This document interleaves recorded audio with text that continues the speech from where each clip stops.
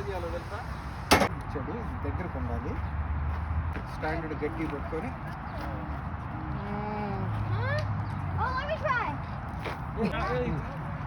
రెండు చేతులు పైన పెట్టి లెగ్స్ స్టాండర్డ్ గా రెండు లెగ్స్. ఇప్పుడు అర్థమైందా ఫిజిక్ ఎంత ఇంపార్టెంట్ అనేది. Very good.